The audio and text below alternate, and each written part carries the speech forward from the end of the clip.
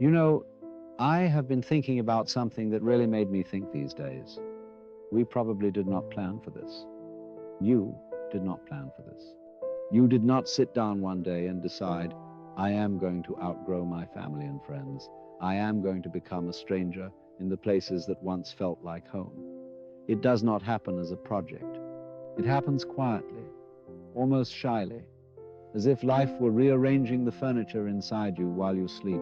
One day, you are laughing at the same jokes, complaining about the same things, repeating the same stories.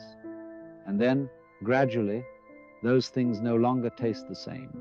The jokes feel empty. The complaints sound heavy in your mouth. The stories you used to tell about who you are begin to feel like clothes that no longer fit. You tug at the collar and feel an itch. Something in you whispers that there must be more than this. So you begin to follow that whisper. You read different books. You listen to different people. You sit awake at night, feeling an odd mixture of sadness and curiosity. You begin to notice patterns that used to be invisible. How the same arguments repeat in your family. How your friends use distraction to avoid feeling anything real. How you yourself have perfected a performance just to be acceptable, to be loved, to be safe.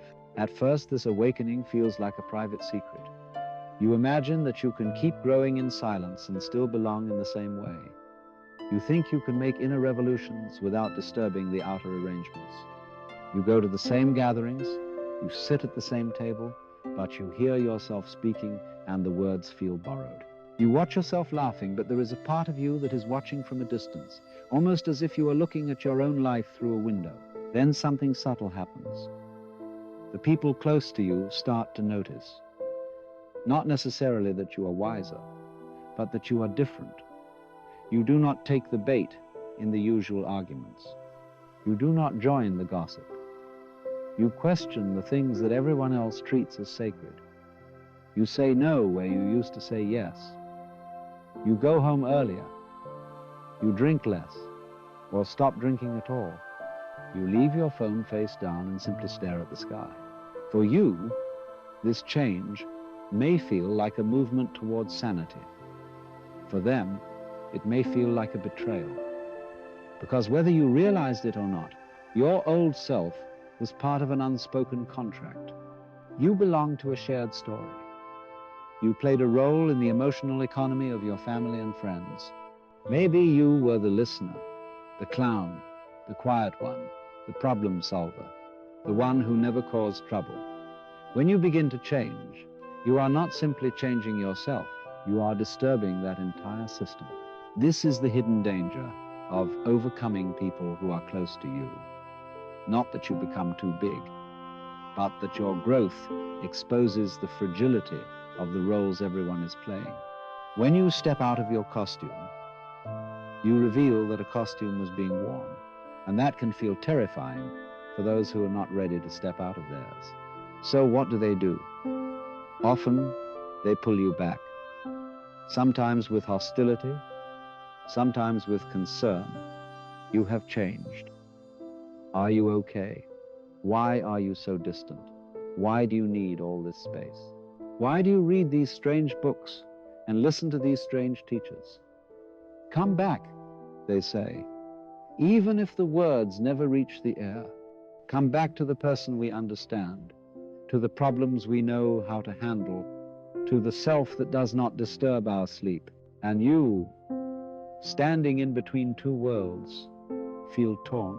On one side, there is the relief of becoming more honest with yourself, of saying no when your whole body says no, of letting go of games that you no longer want to play.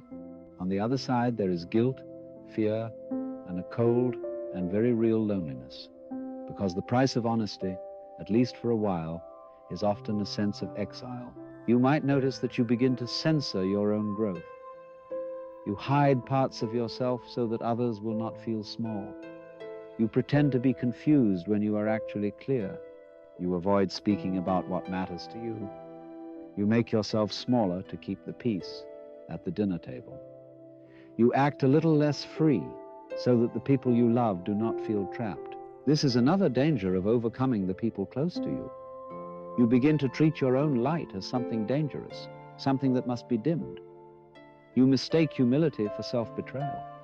You think that love means never making anyone uncomfortable, even if that comfort requires your own disappearance. But there is a subtler danger lurking in the opposite direction.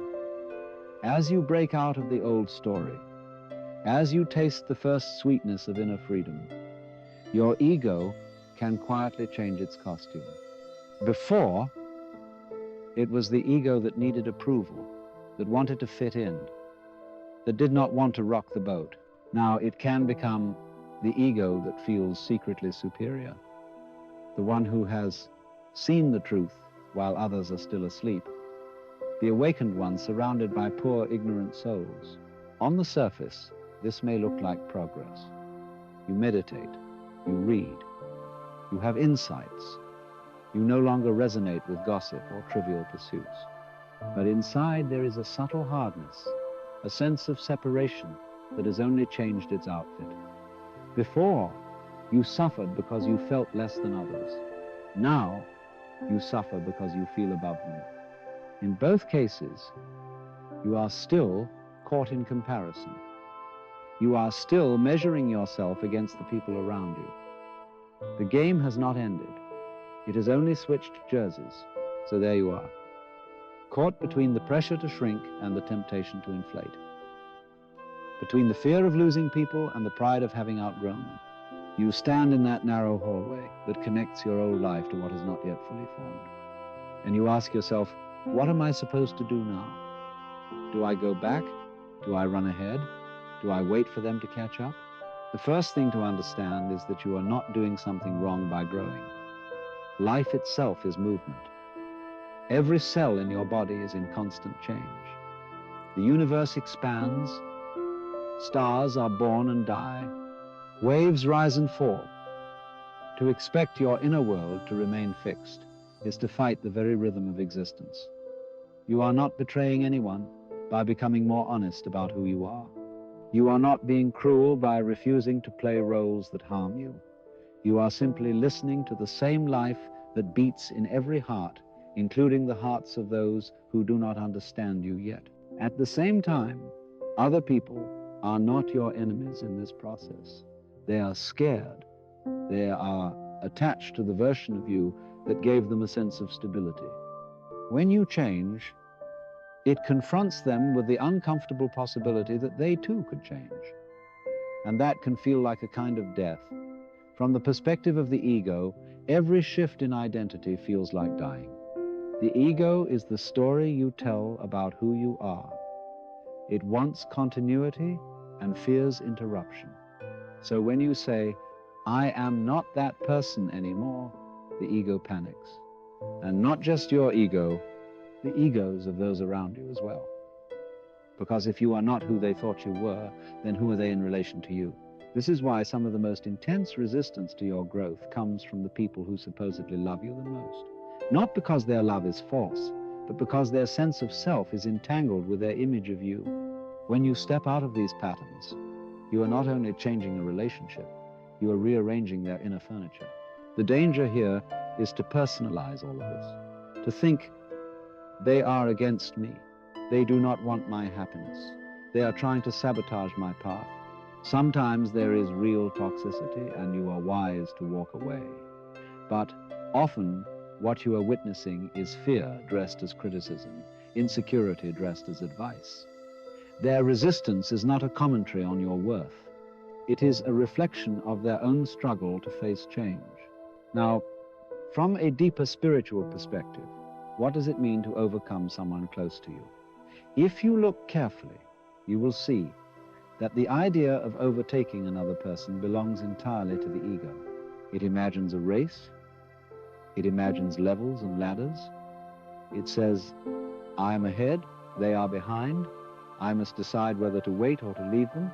But life is not structured as a race. It is more like a vast ocean. On the surface, you see separate waves, each with a different shape and speed. Some rise quickly, some move slowly. Some crash early on the shore, some travel a long way. If the wave could think, it might say, I am ahead of that one. I am behind that one. Yet the truth is that every wave is made of the same water, moved by the same depth. Spiritually, you and the people you love are like those waves. On the surface, you appear to be at different stages, with different levels of awareness and different awakening. But underneath, at the level of being, there is no hierarchy. There is only one life expressing itself in many forms, one consciousness wearing many masks. When you start to see this, something softens. You realize that your growth is not a personal achievement, something to defend or protect. It is simply life unfolding through you in this particular shape. And the same life is unfolding through your parents, your siblings, your friends, your partner, in ways that may not match your preferences, but are still part of the great dance. From this place, overcoming someone no longer means leaving them behind on a road. It might mean letting go of certain forms of relationship. It might mean stepping out of patterns that used to connect you. It might mean spending less time together, speaking in different tones, or even saying goodbye. But you do this not out of contempt or superiority, but out of love for truth and out of respect for both of your paths. The practical question remains: how do you honor your growth without falling into arrogance or self-betrayal? You start by telling the truth as gently as you can. You do not need to announce your awakening. You do not need to convert anyone. But you can say, I cannot live like this anymore. I cannot pretend to believe what I no longer believe. You can say, I love you, and because I love you, I must be honest about who I am. You also learn to let discomfort exist without rushing to fix it. When someone close to you feels threatened by your change, your old reflex may be to rush in and soothe them, to prove that you are still the same, to abandon yourself so that they will not feel abandoned. Instead, you can practice staying present. Let their fear arise. Let their confusion unfold. You do not need to argue, nor do you need to collapse. You can simply stand there, grounded in your own heart, listening. In that space, something new can happen.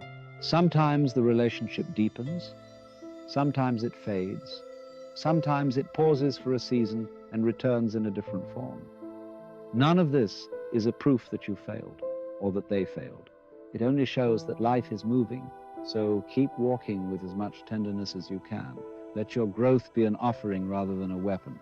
And remember, beneath all these changing roles and distances, you and the people you love have never been truly separate, only different waves of the same immeasurable sea.